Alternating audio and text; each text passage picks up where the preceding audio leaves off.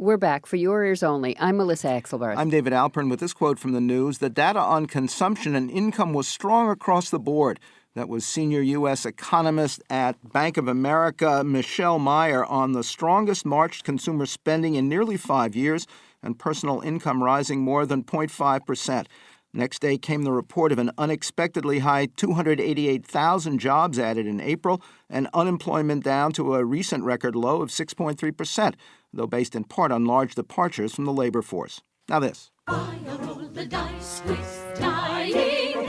It seems that all of London's shaken to the core.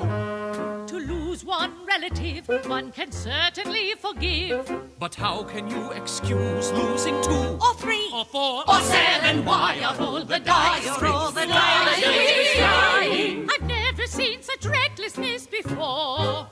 When the mourners make merry about the time and again untimely passings in a wealthy turn-of-the-last-century English family, you know there's funny business afoot, in both senses of the word. And this'll kill you, much to the surprise of many big names on stage and backstage on Broadway these days. The sly little musical from which that song came, A Gentleman's Guide to Love and Murder, written by 2 newcomers, last week swept up more Tony nominations than any other production this season. It's about a young gent with major romantic challenges and only minor resources who suddenly discovers he's in line for the Dysquith family fortune behind only 8 others, whose numbers then steadily diminish amid a lot of Gilbert and Sullivan-y song and dance. If it all seems faintly familiar, think of the Alec Guinness movie Kind Hearts and Coronets. And to say more about the roots of all this manic mayhem for your ears only, we're joined now by the author of the musical's book and lyrics, Robert L. Freedman. Welcome to our show.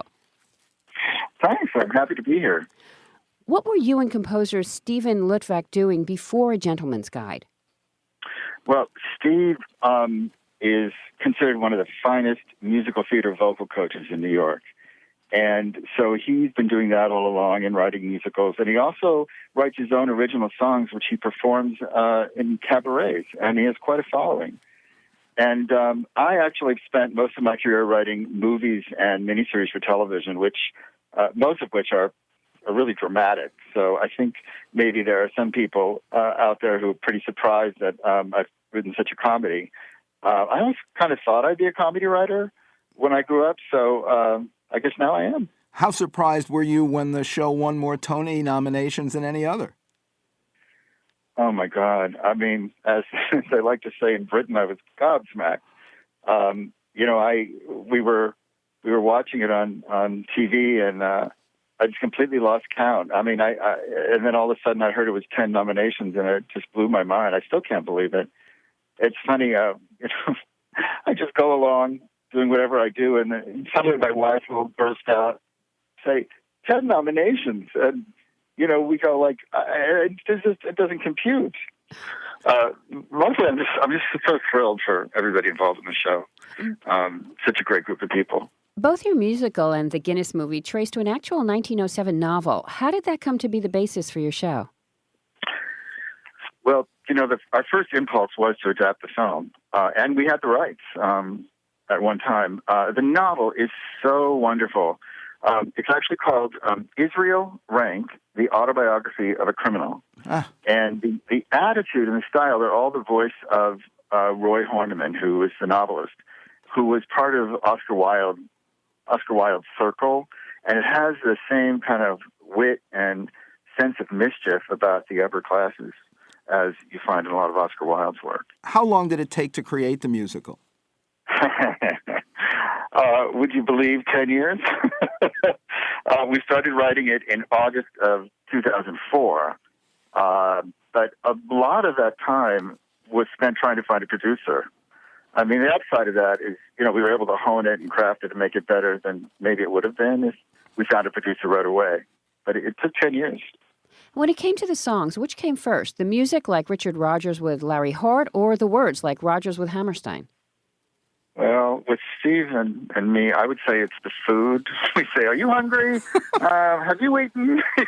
But once we get over that, what really comes first is the idea for the song. We think, okay, what's the dramatic situation? What's the story we want to tell?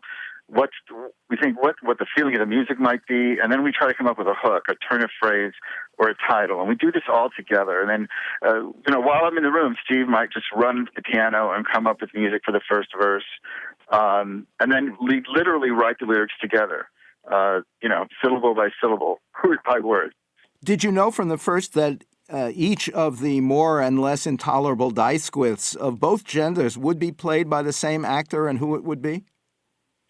Well, we always knew it would be played by the same actor. I think that's why we kind of get away with all these murders, because each time he's killed, he's going to come right back again.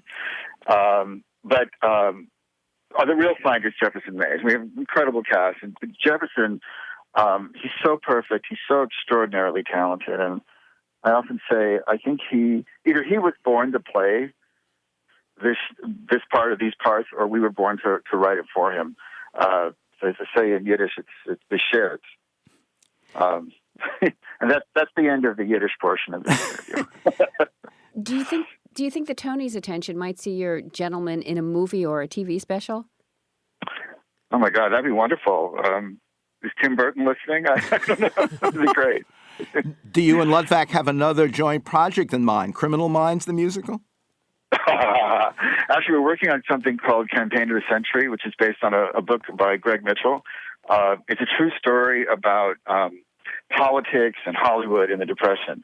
And Darko Trezniak, who's our director of Gentleman's Guide, he's going to direct it at Hartford Stage, where we tried out Gentleman's Guide, and that's going to be in the fall of 2015. So it's the same team back together, and it's also a musical comedy. It's satirical and it's heartfelt, but it just couldn't be more different from A Gentleman's Guide, and that's pretty exciting too. And Greg Mitchell was also a guest on this show talking about that book when I excerpted it for Newsweek many years ago. Robert Freedman wrote the book and lyrics for A Gentleman's Guide to Love and Murder, winner of more Tony nominations than any other show on Broadway this year. Ghostlight Records recently released the original cast recording, including this. It seems to be nothing but stubbornness. Now what's all the suffering for? To be so debased is in terrible taste. I don't understand the poor. Quote from the news, are we becoming a Titanic? That was from one of the heart-wrenching videos from cell phones of passengers on the South Korean ferry that sank, killing at least 210 people with 90 still missing. Next, In Praise of the Playground, a photo history for your ears only.